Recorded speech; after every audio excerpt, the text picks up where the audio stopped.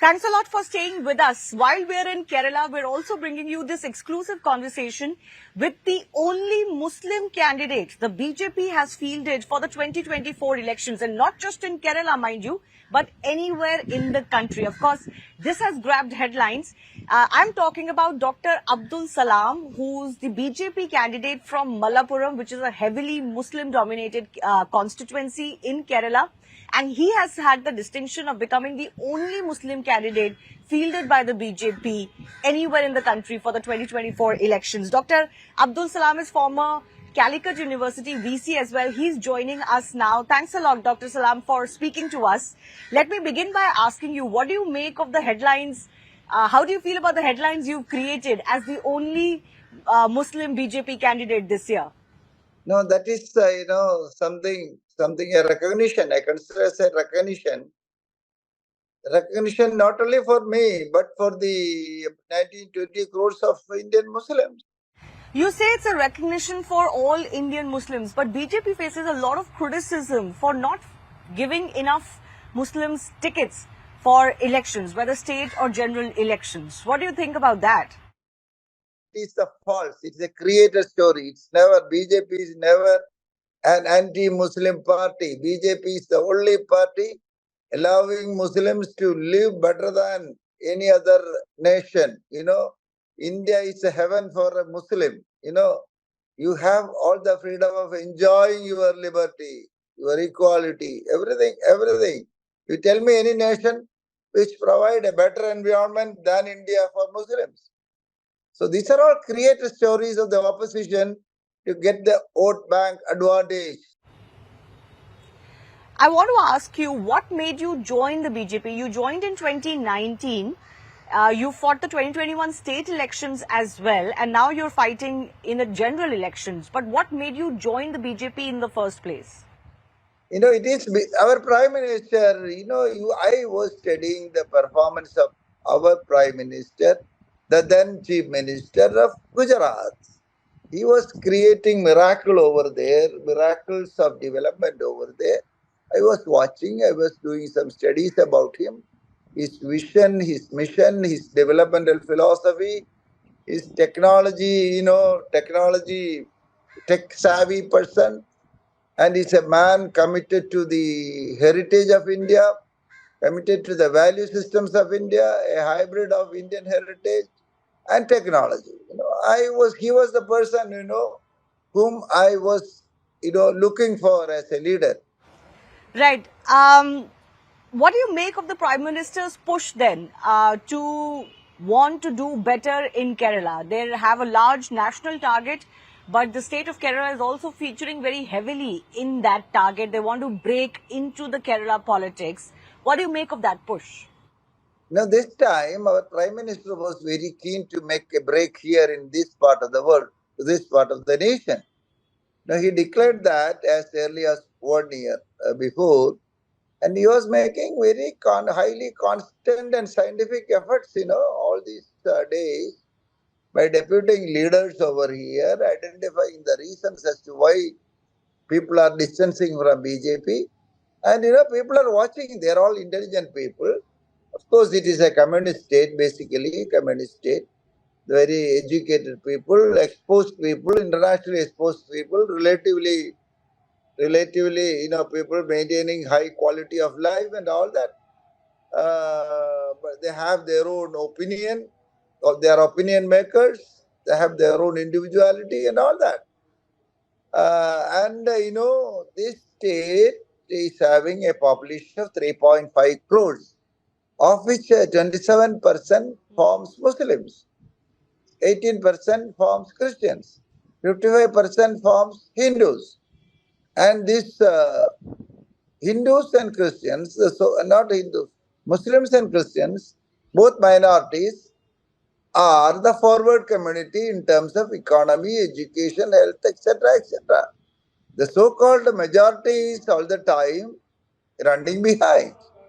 So the advantage of Muslim minority in terms of their association with the Gulf countries made them to grow fast. In the other case, in the case of Christians, their association with the Christian developed nations also help them to grow fast. Unfortunately, the majority community never have got such an opportunity. So their pace of development was also accordingly. Right, but this time around, with the BJP making such a big push, why do you think Keralites will change their voting pattern? What is going to make that difference for them? Yeah, it is because of the 10 years of development created by Modi ji in all facets of life, let it be infrastructure or education or health or, the COVID management or international relations. You touch any area of development, Modi ji left no area untouched, no person untouched, no nation untouched. He is now a leader of the world. He talks, earlier he was talking about India, first Gujarat, then India. Now he's talking about the globe. He's talking about 808 crores of the global people. He talks about one world, one food, one medicine. India is going to be the producer for all the nations, food for others, medicine for others, the producer for others. No, he considers everybody, every citizen of every person of the globe as our own people, our own brothers and sisters. That's why he was talking about Vasudeva Kudumbakam, right? Isn't it? So the image created by Modi ji from a leader of Gujarat to a leader of the nation, now to the leader of the world. A global leader, not the global national leaders, they are waiting for the words of Modi ji now. He's the final word. They are committing each other to stand with the Modi ji, even for photographs or getting autographs. That is the stature he has built over 10 years of time as a Prime Minister of India. You were listening, the remarks of Assange, Modi ji is the boss, the remark of Biden and many others. Modi ji has now become a miracle. I want to ask you, as the candidate from the BJP in Malappuram, as you're campaigning, what are you telling fellow Muslims or even the other minorities, Christians in your constituency? Why can the BJP or how can the BJP be the right party for them? What are you telling them? You are right. That is the right question. We have been analyzing this factor, how to approach them. We are approaching primarily with the developments achieved by Modi, initiated by Modi, executed by Modi in the government over 10 years in the form of 300 odd programs. All these programs, if you analyze it very closely, you will see that it was totally inclusive, touching everybody. And he has 4 types of stakeholders, mothers, have a number of programs for mothers, farmers, farmer-centric programs, poor-centric programs, youth-centric programs. You tell me which section he left. He was not talking. Even minority-centric programs or keeping minorities comfortable. You tell me an area which is left untouched, either, infrastructure-wise or even, human sections wise or religion wise or age wise. I want to ask you, recently there was a controversy as well. The Prime Minister came to your area for campaigning, but you were not seen with him. And, there was an allegation that despite the fact that you're the only Muslim candidate for the BJP, or because you are the Muslim candidate of the BJP, you were not allowed to share space with the PM. Would you like to clarify exactly what happened? Shivani, you listen to me. Last time is yesterday when Prime Minister was here at Kundankulam. I was a person sitting next to next person was Suresh Gopi. Then I was sitting with him. I had the fortune of sitting very closely with him and, talking to him and also enjoying the association with him. Now, you are talking about the previous visit in Palakkad. At that point of time, I was never invited for traveling with Modi's vehicle during the road show. But I went over there with a definite purpose. My purpose was, one, I wanted to take a good photograph with Modi ji. Number two, I wanted to invite him to Mallapuram for a similar road show. That's it. So people interpreted that, Dr. Salam was invited there. He was not allowed in the car. He is a Muslim. That false information was propagated by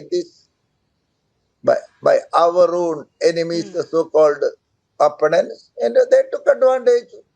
They said, Muslim, again they tried to prove that, BJP is against Muslims. That is why the lone candidate was also kept out of this vehicle. That was totally false. Okay. So my final question to you, as I said, BJP doesn't give a lot of tickets to Muslim candidates, and one of their leaders has actually written about this. Why? It's because even Muslim candidates of the BJP don't really get a lot of Muslim votes. So now that you are the BJP's lone Muslim candidate in these elections, and this constituency has a very high percentage of Muslim voters, how confident are you feeling about your chances from Malappuram? Now, BJP in Kerala, we believe that this time we will get at least maybe a reach, maybe 4 or 5. Up to 5 seats we are expecting in Kerala. In Malappuram, you should understand the fact that Malappuram is a 70% Muslim dominated state. 28% Hindus and 2% Christians.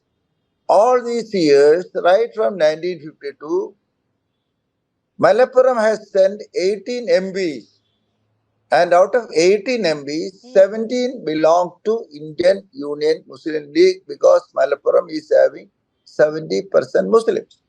The Indian Union Muslim League is a strong party over here, primarily, membered by the Muslims of this region. So they have a monopoly here. It is very difficult to break that monopoly. See, our objective of sending a person over here as an NDA candidate was primarily, first, to improve our position, one. Number two, we want also to test what is the efficacy of the developments done by the Modi ji during the past 10 years in a Muslim dominated district or the constituency. This 70% Muslim populated district has the benefit, particularly for the women, Muslim women, the benefit of enactment made by Modi for mutalaq, triple talaq. So they will definitely have a positive attitude to Modi ji. That's number one. Number two, the developments achieved by Modi ji is also very much there in every home. Number three, every home was receiving 3 to 5 program benefits implemented by Modi ji. Number four, there are some development hungry people because of the developmental crippling over years. People are looking for development. That's it. Then another important thing, I was the vice chancellor of the University of Calicut, which is also situated in the same constituency. So I was a tough vice chancellor, that is what people say. But I tell you, now the people come and realize that the toughness was good for the university. I have done a lot of good things. Dr. Saab, you are right. I will vote for you. The communists called me over phone and said, I will vote for you. Congress fellows called me and told, I will vote for you. Muslim fellows called and told, Muslim League fellows called and told me, I will vote for you. So there is, some goodwill because of I believe my good work in the University of Calicut. So if all these things converge, there can be a boost which can reach even to the level of a success. All right. On that note, I do thank you, Dr. Abdul Salam, for joining us. He's, of course, the BJP's lone Muslim candidate in 2024 elections, fighting from Malappuram in Kerala. On that note, it's a wrap on this edition of our special election show from Kerala. We'll, of course, keep getting you more as the campaigning continues.